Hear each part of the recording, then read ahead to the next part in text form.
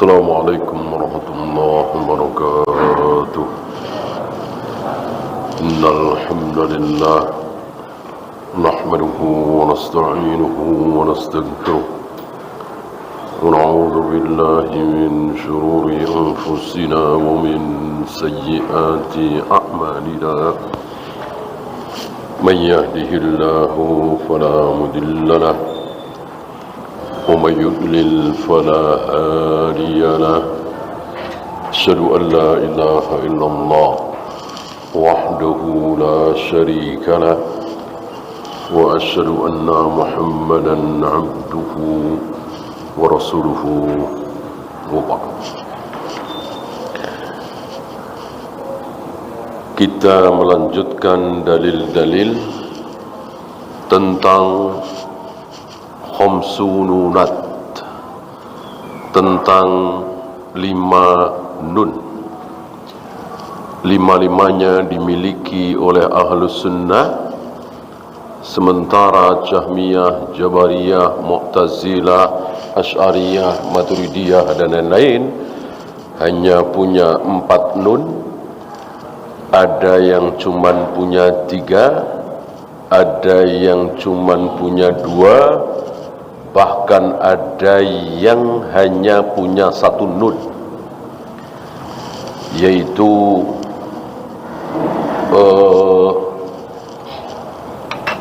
al-i'tiqadu bil janan. Asal dia percaya, asal dia tahu bahwa Allah itu satu-satunya Tuhan, maka dia beriman. Mau mulutnya ngomong apa, mau baca syahadat atau tidak, mau beramal atau tidak, enggak masalah. Bahkan mau taat apa maksiat tidak mempengaruhi iman. Ini jelas sesat dan menyesatkan. Ahlus Sunnah lah satu-satunya yang benar, yaitu memiliki 5 nun tadi.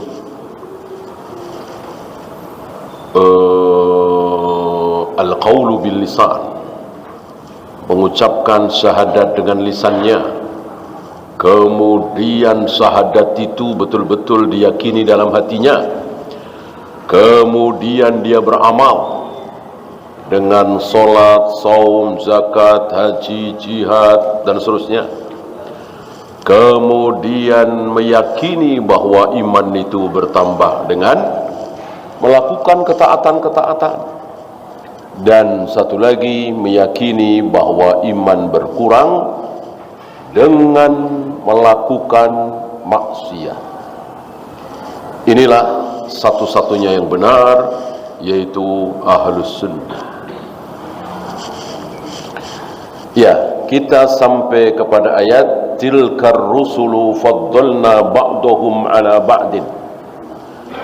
Para rasul itu kami lebihkan satu dari yang lain. Jadi rasul pun tidak sama. Gimana antara rasul pun tidak sama? Gimana rasul dengan kita? Gimana ahli taat dengan ahli maksiat? Kok bisa-bisanya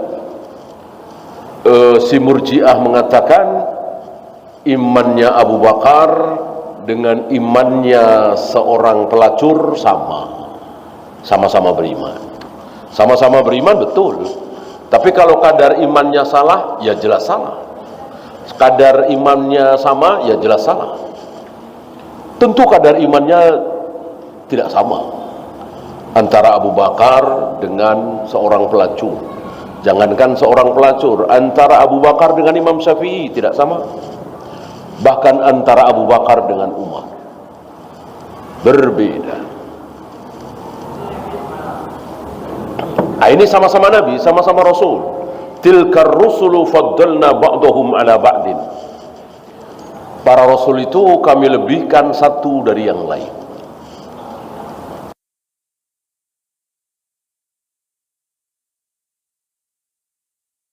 Kemudian 313 kemudian 25 yang dikisahkan dalam Al-Quran, kemudian 5. Di antara 124.000 tersebut, siapa yang paling mulia? 5 itu. Nuh, Ibrahim, Musa, Isa, Muhammad alaihi wassalatu wassalam. Nah, di antara yang 5 ini, apakah berada dalam satu tingkatan? Tidak. Nabi Muhammad lebih mulia dari Nabi Ibrahim, Nabi Ibrahim lebih mulia dari Nabi Musa, dan seterusnya. Tidak berada di derajat, di level yang sama. Minhum man kallama Allah, di antara para nabi, para rasul, ada yang diajak bicara oleh Allah. Bukan ada yang berbicara dengan Allah. Kalau itu nggak usah nabi, nggak usah rasul. Kita berbicara dengan Allah bisa nggak? Bisa nggak? Setiap hari kita berbicara dengan Allah. Ya Allah,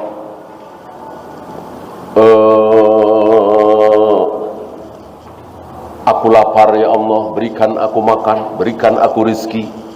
Itu kan berbicara. Ya. Maka orang Jahmiyah mengatakan wa kallamallaha Musa taklima. Kalau ahlu sunnah membacanya wa kallamallahu Musa taklima. Allah betul-betul berbicara, Musa yang mendengar. Nah, orang Jahmiyah membaca wa kallamallaha, Allahnya sebagai maf'ul bih. Jadi yang berbicara adalah Musa, Allah yang mendengar. Adakah kehebatan Nabi Musa kalau begitu? Tidak ada. Kita juga bisa. Kalau Nabi Musa berbicara kepada Allah, kita semua bisa berbicara dengan Allah. Maka yang benar wa kallamallahu, Allahnya sebagai fa'il, pelaku. Jadi yang berbicara betul-betul Allah, Musa yang mendengarkan firman Allah di Bukit Tur Sinai itu. Bi sautin wa harfin, ada suaranya, ada hurufnya.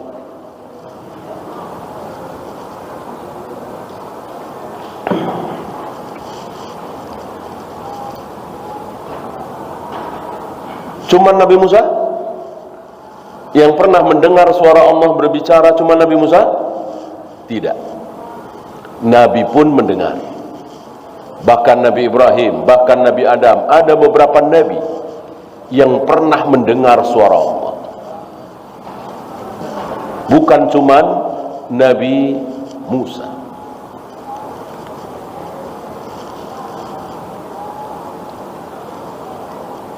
Wa rafa'a ba'dahum darajat, dan Allah mengangkat derajat sebagian dari mereka.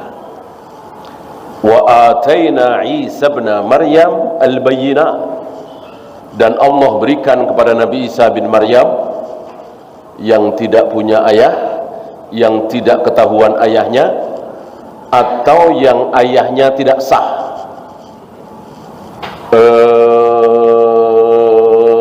apa istilahnya, anak zina, maka dibinkan ke ibunya. Dan ini ada contoh Isa bin Maryam. Bukan cuma beliau, bahkan sahabat tabi'in, sebagian ulama ada yang dinisbatkan ke ibunya. Mungkin ayahnya nggak ketahuan, ya, seperti Ibnu Umi Maktum, ya kan? Dinasabkan ke ibunya, Ibnu Ulayyah, ya.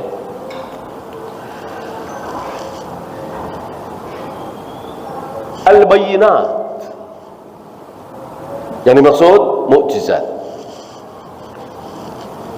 bisa menyembuhkan orang sakit buta, bisa menyembuhkan orang sakit belang, bisa menghidupkan orang yang telah mati, bisa mengetahui apa yang ada di rumah mereka masing-masing, masak apa, ada makanan apa.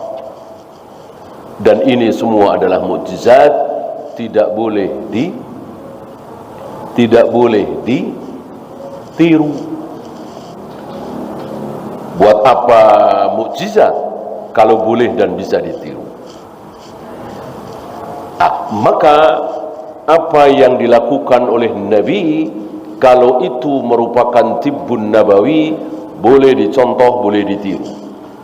Tapi kalau itu mukjizat, tidak boleh. Tidak boleh.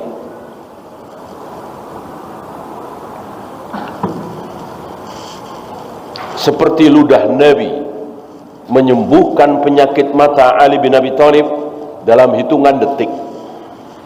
Bolehkah diikuti, dicontoh, ditiru? Al-jawab, tidak boleh. Karena itu adalah mukjizat. Mukjizat para nabi, para rasul tidak boleh dicontoh, tidak boleh ditiru. Adapun Nabi berbekam, kemudian dengan madu, dengan habbatus sauda, tentu ini boleh ditiru, boleh dicontoh. Karena itu tibbun nabawi. Ya, hati-hati. Karena yang ada pada diri Nabi itu umumnya kita contoh, kita tiru. Tapi ada beberapa yang tidak boleh kita contoh, tidak boleh kita tiru. Waktu itu pernah kita bahas, Nabi beribadah, dan ibadah Nabi tersebut tidak boleh kita contoh, tidak boleh kita tiru. Masih ingat? Apa? Puasa? Puasa wisol. Nabi puasa wisol, bolehkah kita mengikuti, mencontoh? Tidak boleh. Karena ini khususiyah beliau. Ya.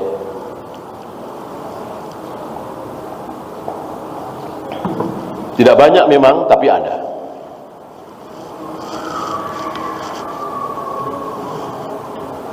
Wa ayyadnahu biruhil qudus, dan kami perkuat dia, Nabi Isa, dengan Ruh Al-Qudus. Sebagian orang salah faham dengan ayat ini, pernyataan ini, maka mereka menyimpulkan dengan kesimpulan yang salah. Ada Tuhan Bapa, ada Tuhan Anak, ada Ruhul Kudus, Tsalithun Salasa. Ini jelas kafir, sesat dan menyesatkan. Ya. Yang benar bahwa Nabi Isa mendapatkan wahyu dari Jibril, dikuatkan oleh Jibril. Wa ayyadnahu biruhil qudus.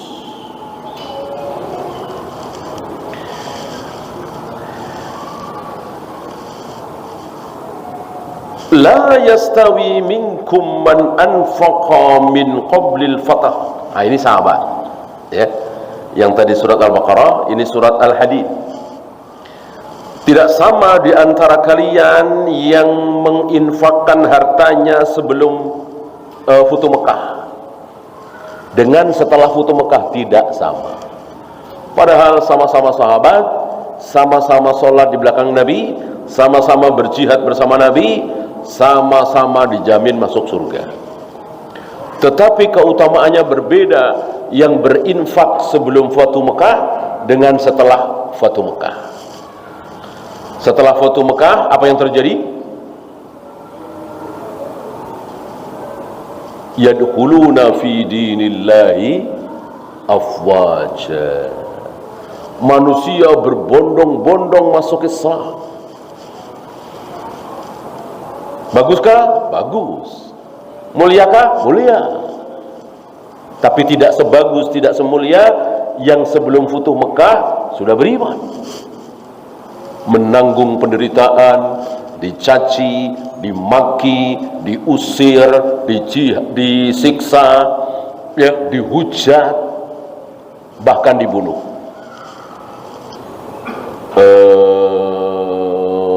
Ammar bin Yasir, bapaknya berarti Yasir, dan ibunya Sumayyah, dua-duanya mati dibunuh oleh tuannya. Anaknya Ammar bin Yasir juga mau dibunuh. Ini keluarga budak. Ayahnya budak, ibunya budak, anaknya budak. Sekeluarga ini masuk Islam. Ini di awal-awal Islam, masih di Mekah.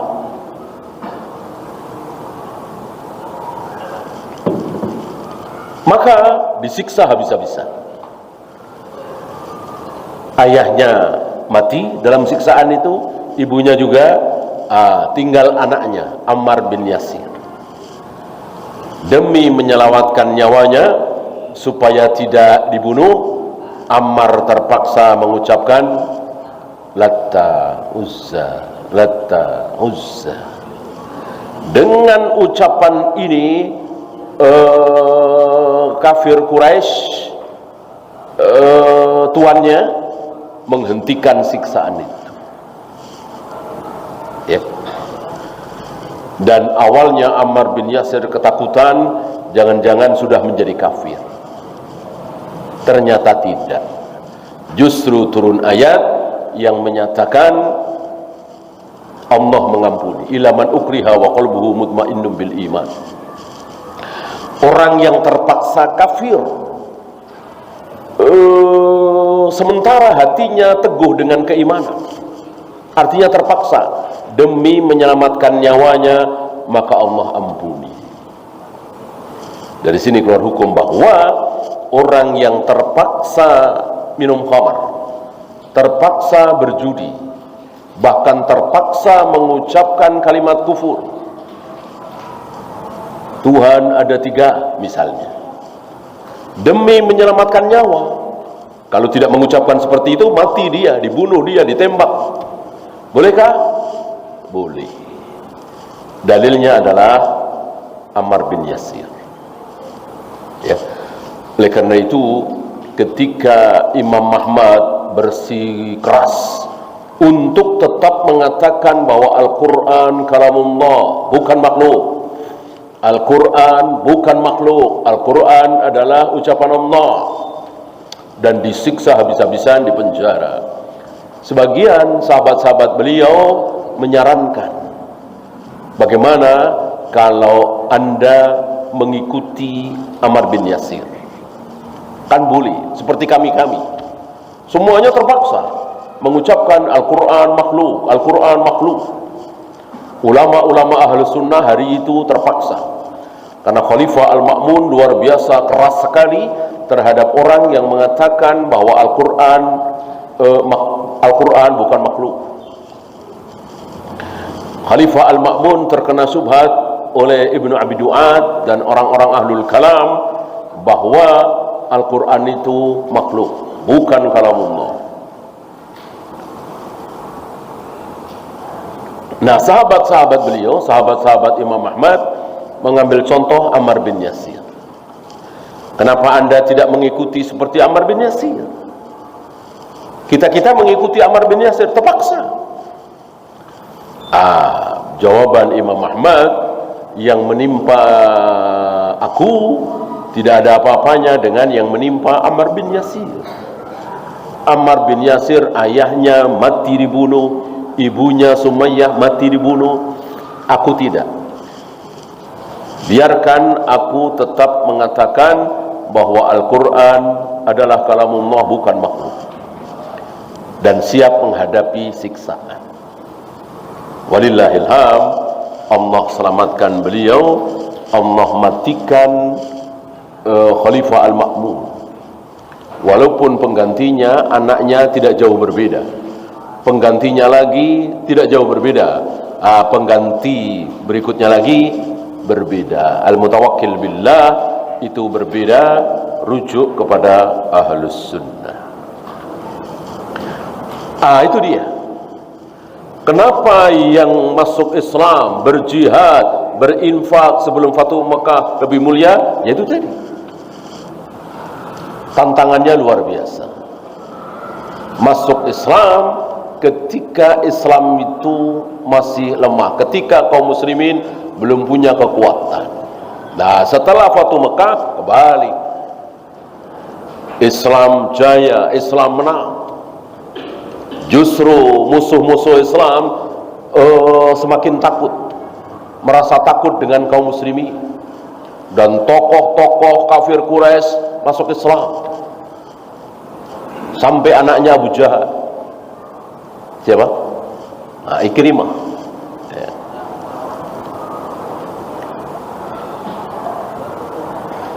Hamzah sebelumnya, Khalid bin Walid, Amr bin As, ya.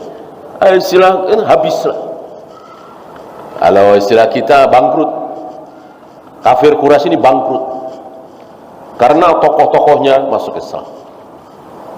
Dan sebagaimana ucapan Nabi, an-nasu taba'un li Quraisy, ya. Khairuhum li khairihim wa syarruhum li syarrihim. Manusia itu mengikuti Quraisy. Yang baik mengikuti kebaikan Quraisy, yang buruk mengikuti keburukan Quraisy. Maka Quraisy paling mulia siapa? Quraisy yang mulia siapa? Rasulullah sallallahu alaihi wasallam. Beliau Quraisy, ya. Quraisy yang jahat, yang buruk, Abu Jahal, Abu Lahab. Begitulah Quraisy. Yang buruk-buruk sekali, yang baik-baik sekali. Nah, karena akhirnya sudah masuk Islam semua, ya baik. Islamnya dalam kebaikan. Islamnya orang-orang Quraisy. Maka haram menjadi khalifah. Tidak boleh menjadi khalifah kalau bukan orang Quraisy. Dan ini bukannya tidak boleh, nggak ada. Jadi bukan Nabi melarang, seperti jangan berzina, jangan minum khamar, jangan berjudi, jangan tinggalkan sholat, jangan tinggalkan saum. Banyak yang berzina, banyak yang minum khamar, banyak yang berjudi, banyak yang meninggalkan sholat, meninggalkan saum. Nah, adapun khalifah Quraisy ini bukan perintah Nabi. Awas, kalau ada pemilihan khalifah harus pilih yang Quraisy, ya, nggak ada begitu. Tapi nubuat Nabi, ramalan Nabi bahwa tidak mungkin ada khalifah yang bukan Quraisy. Dari mulai Abu Bakar, kemudian Umar, kemudian Utsman, Ali, Muawiyah, Yazid, terus sampai Umar bin Abdul Aziz, sampai Harun al-Rashid, semuanya Quraisy semua. Nah, sekarang tidak ada. Sekarang sedang tidak ada khalifah, kan? Jika nanti ada lagi, akan ada apa tidak kira-kira? Nanti beberapa tahun lagi, beberapa puluh tahun lagi, beberapa ratus tahun lagi, hanya Allah yang tahu, akan ada kekhalifahan lagi apa tidak? Ada. Pasti Quraisy. Tidak mungkin di luar Quraisy. Maka sekali lagi, Nabi tidak mengatakan kalau ada pemilihan khalifah kalian harus pilih yang Quraisy. Nabi tidak bilang begitu. Nabi menubuatkan tidak mungkin ada seorang khalifah yang bukan Quraisy. Oleh karena itu Sultan Hamid II di Turki yang tumbang 1924 itu, ya tidak bisa dikatakan khalifah. Ya. Banyak saudara-saudara kita salah faham mengatakan bahwa tumbangnya kekhalifahan 1924 dengan Sultan Hamid II khalifah terakhir. Tidak, ya, jauh sebelum itu sudah tidak ada. Karena ya jelas bukan Quraisy. Yang kedua, Turki Utsmani nggak sampai Indonesia, nggak sampai Malaysia, nggak sampai Asia, bahkan nggak sampai Saudi, kan? Cuman sekitar situ saja. Yang waktu itu dijuluki dengan The Sick Man oleh orang-orang Eropa, ya kan? Ini di Perang Dunia Pertama, ya kan? Apakah kekhalifahan? Tidak. Ya, kebetulan negaranya kuat, negaranya besar, ikut mempelopori Perang Dunia Pertama. Kebetulan saja. bukan kekhalifahan. Dan negara Islam, negara Muslim yang diacak-acak oleh siapa? Yang diacak-acak negara Turki yang Islam itu, yang Muslim itu diacak-acak oleh Mustafa Kemal Pasha itu. Azan dilarang, bahasa Arab dilarang, jilbab dilarang, dan seterusnya dan seterusnya. Ya. Akhirnya menjadi negara sekuler yang memisahkan antara agama dengan negara. Kalau bicara tentang negara, jangan bawa-bawa agama. Itu sekuler. Yang berpikiran seperti itu di negeri kita ini banyak.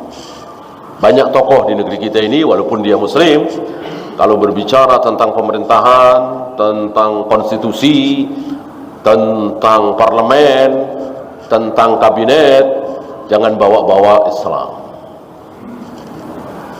Ada kaum muslimin yang berpikiran seperti itu. Dalil apa yang menghantam mereka? Dalil apa yang menghancurkan hujah mereka? Yang berhujah bahwa Islam itu ya di masjid, Islam itu untuk pribadi, Islam itu ketika nikah, ketika mati diurus secara Islam. Nikah ya sesuai dengan syariat Islam, aturannya ada wali, ada saksi, ada ijab qabul, ada mahar gitu. Tapi kalau kabinet, pemerintahan, suksesi, pemilihan presiden, jangan bawa-bawa Islam, pisahkan. Ya. Apa dalil yang mereka langgar? Apa kira-kira? Udkhulu fis silmi kafatan. Masuklah kalian ke dalam Islam secara sempurna. Emang Islam nggak mengajarkan tata cara memilih pemimpin, nggak diajarkan. Sementara tata cara cebok, buang air, diajarkan apa tidak oleh Nabi, oleh Islam? Diajarkan. Ini kan aneh, lucu.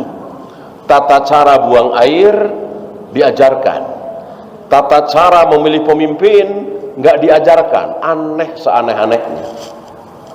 Jadi agama aneh Islam itu kalau begitu. Ya.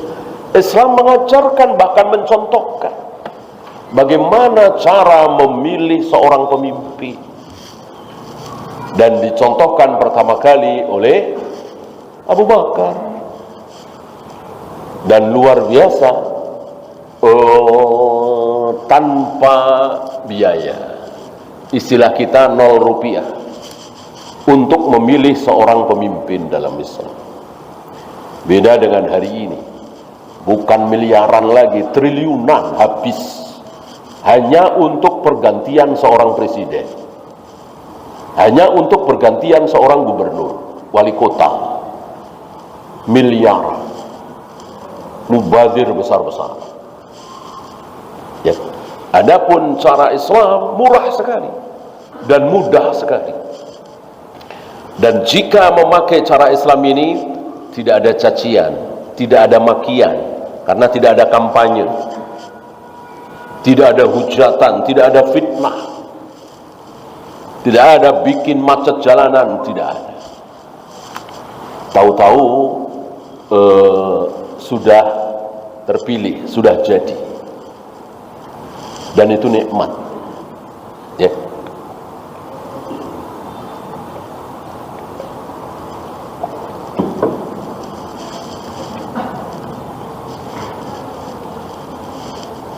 Ulaika a'zamu darajatan minal ladzina anfaqu min ba'du. Mereka itu derajatnya lebih tinggi, lebih besar daripada yang berinfak dan berperang setelah Futuh Mekah. Kenapa? Risiko masuk Islam, jihad sebelum Futuh Mekah besar sekali. Setelah Futuh Mekah yang ada kekayaan, yang ada emas, yang merah dan yang putih mengalir ke Madinah. Sesuai dengan sabda Nabi, aku diberi yang merah dan yang putih. Merah emasnya Romawi, putih peraknya Parsi, mengalir ke Madinah. Ya. Sekarang kebalik kita, emasnya kaum muslimin mengalir ke Amerika, ke Eropa. Ya.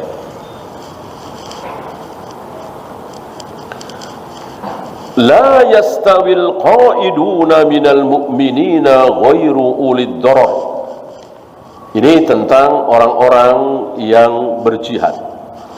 Yang duduk-duduk tidak berjihad dengan yang berjihad, la yastawi, tidak sama.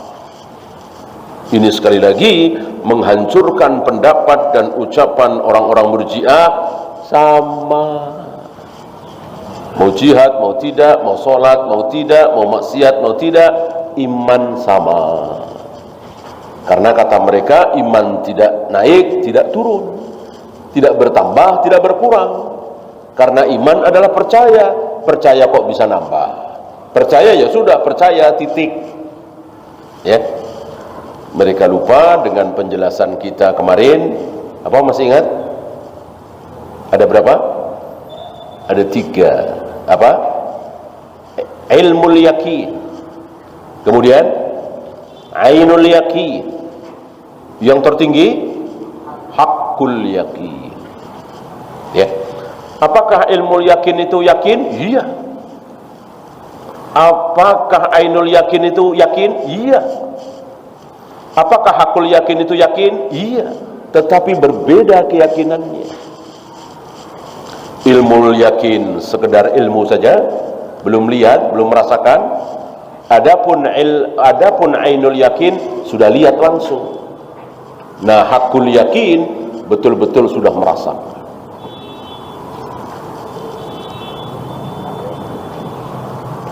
Seperti hari ini kita masih hidup, tapi kita yakin siksa kubur itu ada, sirat itu ada, mizan itu ada, Jahannam itu ada, surga itu ada, haud itu ada.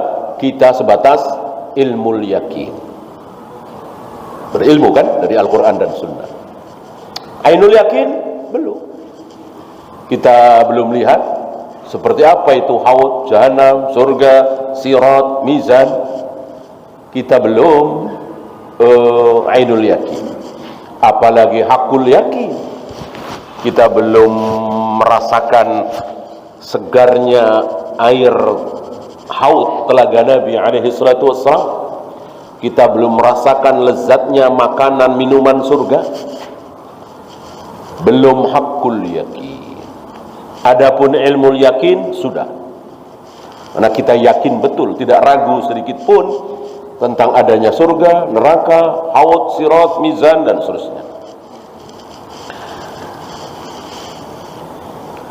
Bi amwalihim wa anfusihim, dengan harta dan jiwa, dua-duanya sama. Ya.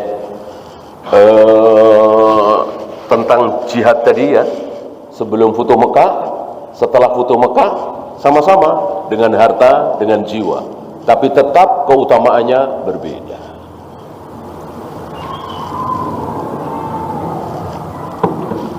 Sampai hari ini ya. Bulan Syawal umrah berpahala, insya Allah berpahala. Bulan Dzulqa'dah umrah berpahala, insya Allah berpahala. Bulan Rabiul Awal umrah berpahala, insya Allah berpahala. Bulan Ramadan umrah berpahala, jauh lebih berpahala. Karena umrah di bulan Ramadan sama dengan haji bersamaku, kata Nabi alaihi salatu wassalam. Padahal tawafnya sama, sa'inya sama, ya, tahallulnya sama. Cuman beda Ramadan dengan bukan Ramadan, keutamaannya berbeda. Ini ya. Maka kita bisa meraih keutamaan itu hanya dengan ilmu. Tanpa ilmu kita tidak bisa meraih keutamaan itu. Faddalallahu al-mujahidina bi amwalihim wa anfusihim 'alal qa'idina darajatan. Allah melebihkan orang-orang yang berjihad dengan harta dan jiwanya dibanding orang-orang yang tidak berjihad. Ya, silakan azan dulu. Wassallallahu ala Muhammadin sallallahu alaihi wasallam wa akhiru da'wana alhamdulillahi rabbil alamin.